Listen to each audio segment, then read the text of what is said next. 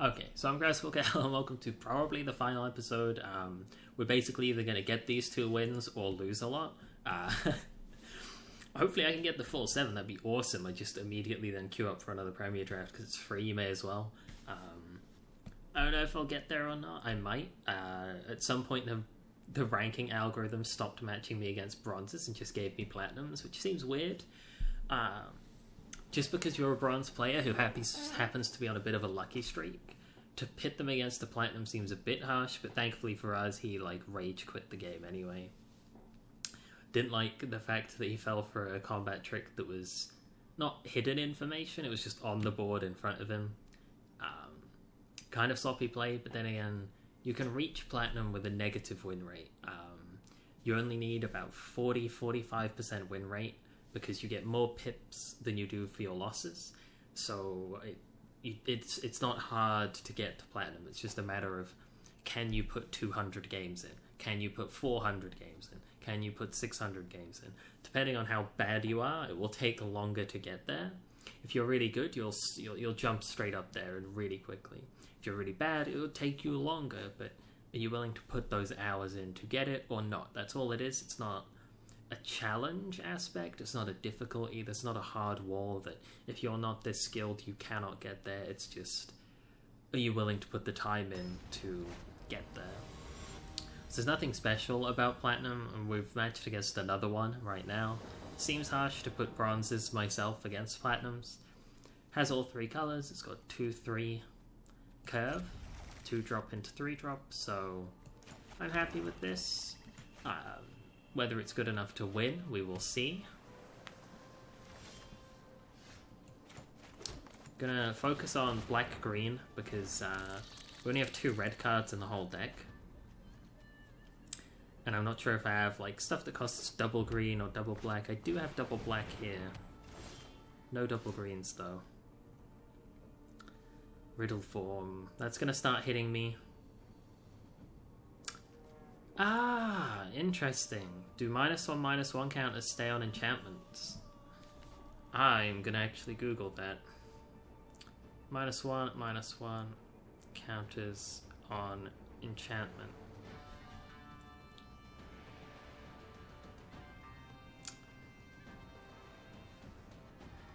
Okay, it's not giving me that. I would think that it would stay. That's my hunch. Whether or not it actually will, we will find out. It flies, there's no point holding up the beetle to block. But if he does animate this into a 3-3, that's gonna be game changing.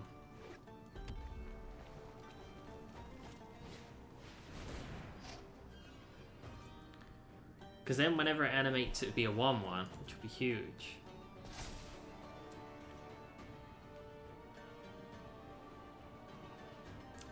I know the god cards, like that mono white god keeps his 1-1 counters even when he's an enchantment.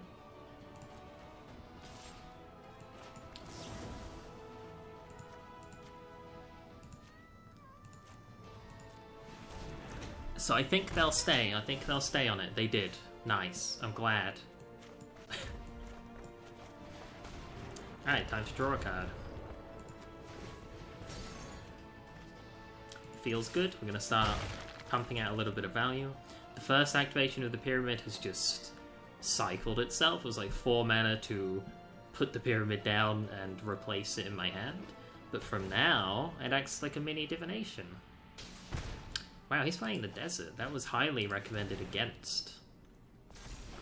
Alright, his shit riddle form's about to hit me. Sad days. Gonna try and hit him.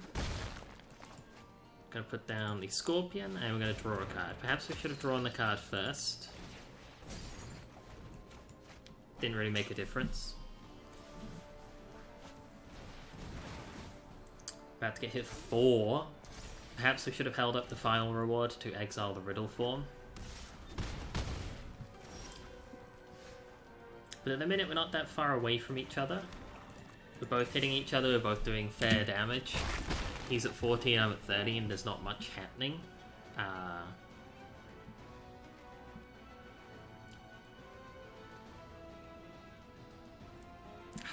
He needs to keep playing instant sorceries to animate these. Now, I'm not sure if he can keep doing that. I don't really want to hold up the removal. Don't have any creatures to animate yet, but this Godpharaoh gift is an amazing card. Because say his deck has counterspells in it, which it might, it's in blue. I don't particularly want him to sit there and wreck me. He's going to bump me here anyway with the Riddle Forms. I think I should have held up this final reward, because this 3/3 is the only thing hurting me and putting pressure on.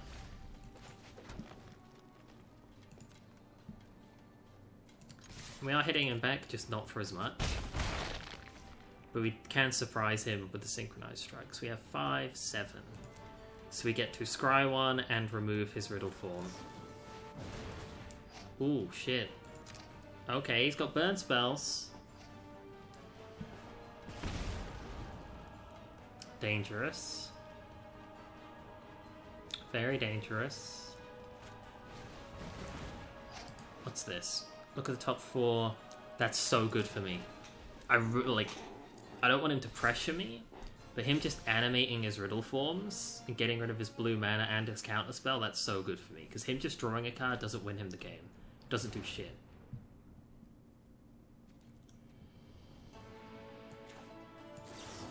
Gonna exile his Riddle Form. He can gently tap me for 1. That's not gonna do anything. I'm going to... Oh, he's got a blocker. Harsh. I'm gonna cycle the Scorpion, because that puts something in the graveyard for the Godpharaoh gift. Now, do we have lethal? We can. Oh, that's reach as well. That's huge. We can Synchronize Strike. Give 2, 6, 7 mana. We can Synchronize Strike to untap this. It would be 6 damage. 6 plus 10 plus 1. He would be forced to block. And then we could play like a 4-drop, which we don't actually have. Alternatively, play the Pharaoh's Gift, get a 4/4, swing with it. Roughly the same shenanigans. I think I want to force him to block, because what he has on the field at the minute is like a borderline burn spell, because it does ping people for 1. And I don't want to be taking 1. This forces him to block, because he either takes lethal or blocks. So we've cleared out his burn spell, which is good for us at 5, whilst doing damage to him.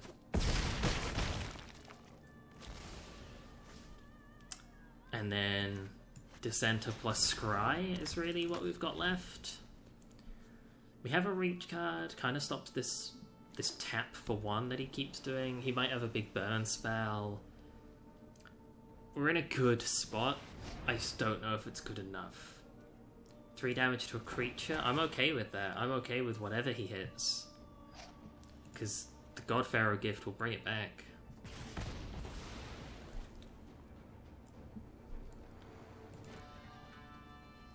Alright, time to scry. Let's find something good. That's really good.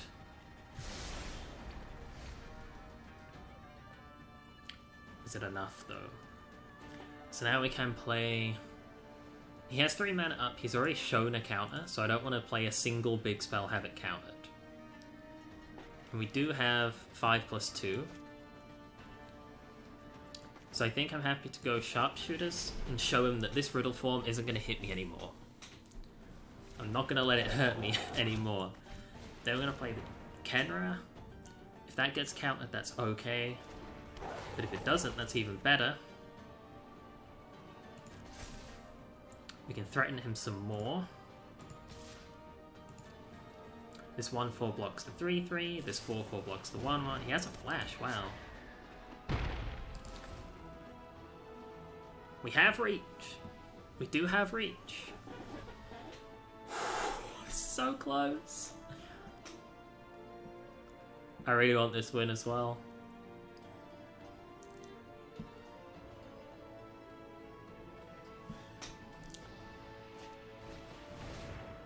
Oh, Oh shit, +1/+1 on flying. So we still have reach. We still have a reach. We're not instantly dead. As is, if there's nothing else, we're alive. Whether he has something else or not, like a pump or a burn spell, that will be the deciding factor as to whether or not this game is over.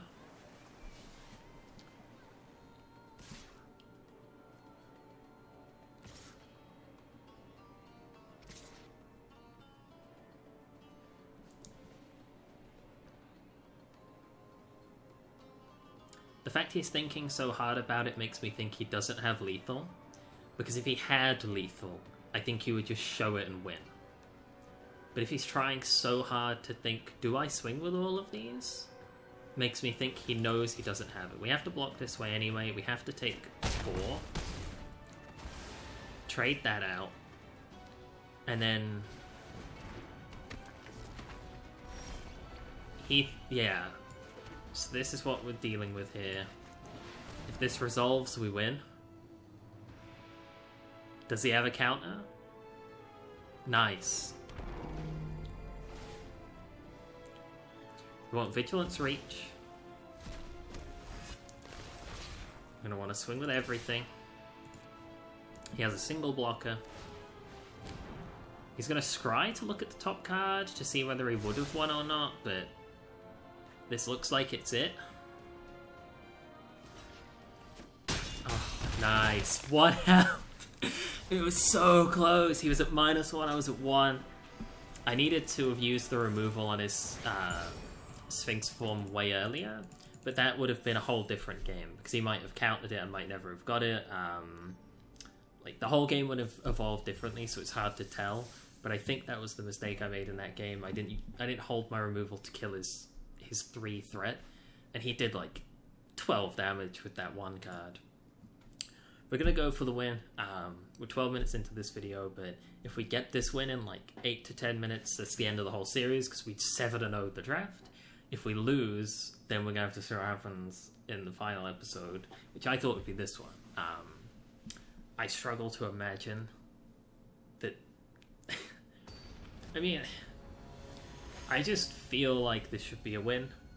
Maybe. The deck's good, it's going well, we've played okay. We're against a literal struggle. Hand-wise, 3 mana that doesn't curve, because it all comes in tapped. 2, 3, 5, 7. We're missing green. How bad is missing green? We have 7 green symbols in the deck. Has red. I think this is okay to keep. I don't know if it's the hand you should keep in like a finals, because this is either my 7-0 or not. But I've had so many games where I've had a hand like this where it's okay. It's fine. It's missing green. Feels a bit bad. But, I mean, it's there. The tools are there. It has a curve. It can go 2-3 if I draw a land. Yeah. It could be worse. We need our lands, so we're just going to play them. He's playing a Jute Beetle, so he's a slow, deadly deck. This may be good or bad for me, depending. There goes the Scorpion. We have ourselves a Bone Slasher. He's likely to trade the Scorpion for that. Then we're just trading 3-drop for 3-drop. What is this? Target creature can't attack, put a brick on it. Until your next turn, target creature can't attack or block, only if there's 3 or more bricks. He's definitely playing a control-y build. But whilst he's playing a control-y build... Or maybe the opposite. Maybe he's playing hyper aggro, and this, your opponents can't attack, are what stops me, like, trading hits with him. I mean, he's acting aggressive. He's swinging with 2/2s when I've got a 4/2. There's his other Scorpion. So he's going to brick one of my attackers this turn. I know that much. See if he does it or not.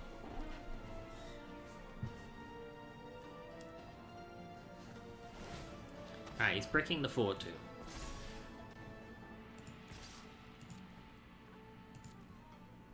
If he blocks at the June Beetle, I'm javelining it. I'm happy to do that. No qualms. If it's the Scorpion, they're just going to kill each other, and it is what it is.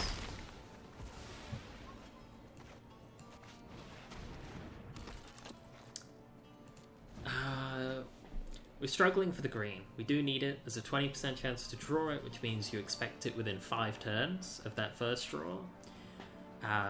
It is turn 6 next turn, so it would have been nice to have got it in the expected. 2 mana 2/2. Each opponent chooses 2 cards in the graveyard, exiles the rest. I don't care about that. But it is a 2 mana 2/2. That's good for me. He just had a turn where he couldn't attack. Got a big removal spell here.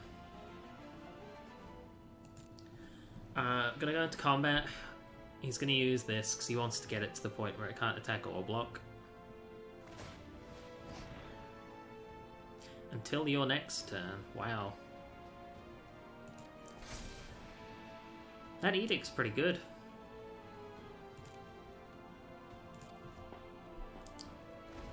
Instant speed removal, so we may as well hold on to it. If we do keep flooding out with lands, we get the Godfarer gift. If we do find green, we get these guys. If we just draw red-black stuff, we're good. What we don't want to draw is something like the Crocodile that's in green, but we don't have the mana for it. Soul Stinger, that's good as well. Wow.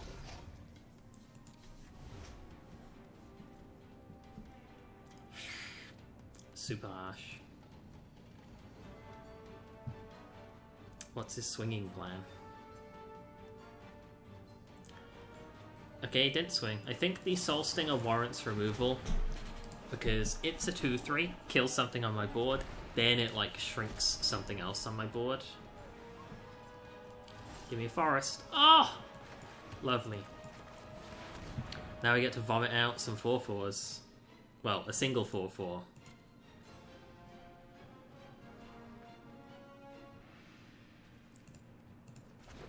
And his graveyard removal doesn't even handle this, because it exiles all but 2, and there's only 1 or 2 cards in my graveyard anyway. So we're going to swing with this. We're also going to hold up the Dissenter, because it stops him swinging back at me.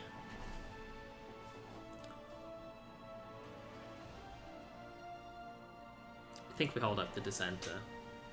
It just stops him being able to attack me.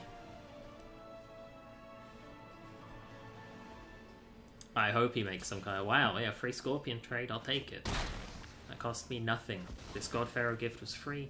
Unfortunately, he's in red, which is the colour to kill artifacts, but people don't main deck artifact removal in best of ones. They generally don't do it. Unless it's incidental, like it's just there. It's just nice to have it for free. Here's a 4/4 of his own. He knows he can't really swing, because if I block with the Dissenter... Oh, wow, really? That's so dumb. He's just given me a 4/4, and a 2/2, and another 2. Yay, Zoopsin. Nice.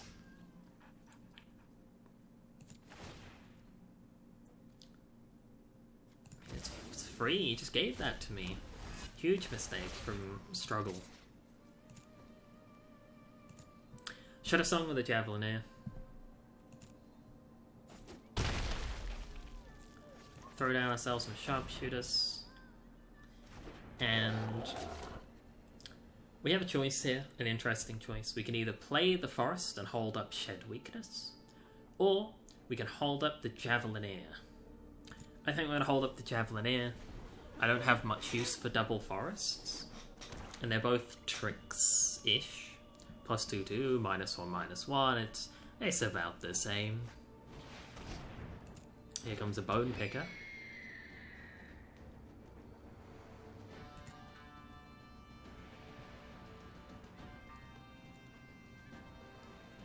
What would be nice is to draw a creature with this Javelineer in my hand. Ah, never lucky. Well, sometimes lucky. We drew that forest just in time. So, what do we pop? I think we do double Bone Picker here. Actually, only single Bone Picker is required because that creature can't block this turn.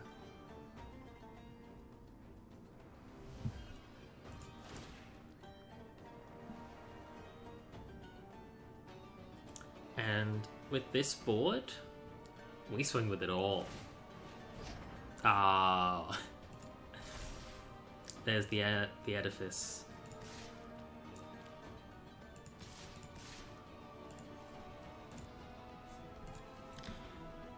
With the Javelineer and the Shed Weakness, we can use both, and that changes things a lot.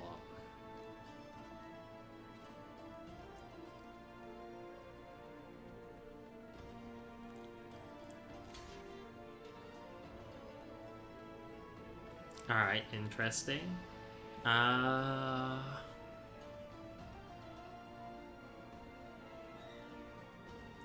think we just let that happen.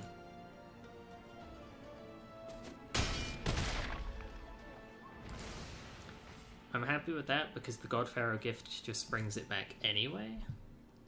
And we still got a big 4 damage in, comes back with haste, cleared out his 4/4.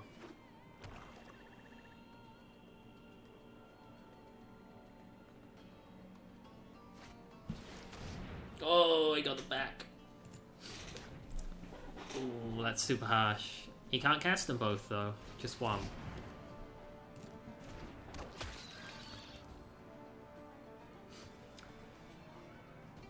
When we get the Javelineer back, we can toss this forest to finish off the Bone Picker. His Edifice still stops some of my attackers. Wow, Mouth is pretty nice here. Mouth is so nice that I think we cast the forest in order to draw 3 cards. Power 3 or greater.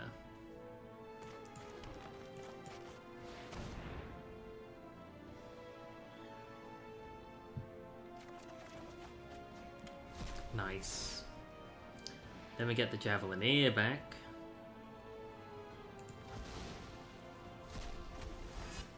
And our board is looking big. Unburden doesn't do anything, but it cycles. We've got a couple of lands to throw using the Javelineer. He's got a couple of Death Touch creatures, which feels a bit bad. But I mean, we're swinging for 10. He has 9 life. And if he does kill our creatures, that's okay with me, because this makes a zombie, and then this just comes back the exact same as it is with the Godpharaoh gift. He's in a terrible position here. Really bad. His board's wiped. Our board is a little bit wiped. Like, we traded 2 for 2, but I'm getting 1 back, because this wasn't in the graveyard, and we need something in the graveyard every turn for the gift. Oh, his own Javelineer! Wow. We have a cheeky combat trick that could sneak lethal in. Like, if he leaves 7 damage unblocked, he's like, oh, I'll go to 2. He just dies.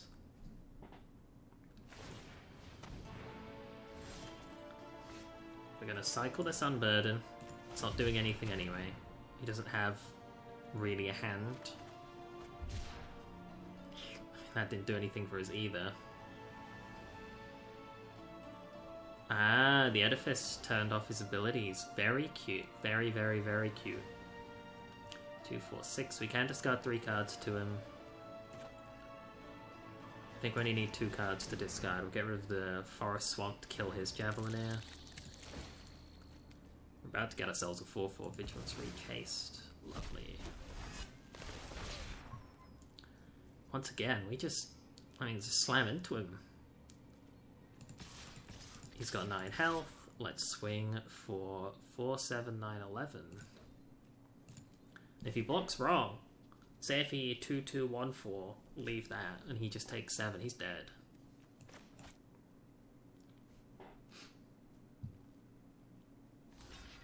He's making that trade.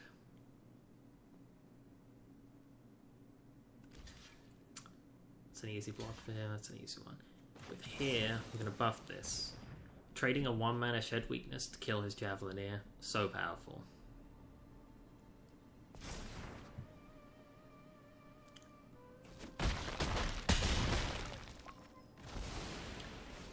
His board disappears. Then I'm actually going to play a forest. And then at the start of his turn, my Javelineer can start putting minus counters again. He's got to dig for something.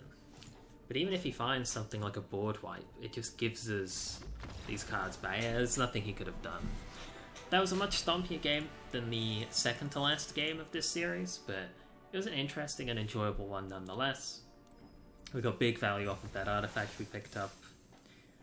We got all 7. That's free entry, 6 packs, the whole shebang. Didn't even drop a game. Feels good. How much is it to actually get into these? 1,500, and we got 2,200. So we made a profit of one of the smaller drafts that's only 750 gold. Regardless, thank you guys for joining me. I hope you enjoyed a 7-0 series. So I don't get those very often. Every now and then, but it feels good every time you get one. Thank you guys for joining me. I'll see you in the next video. Bye.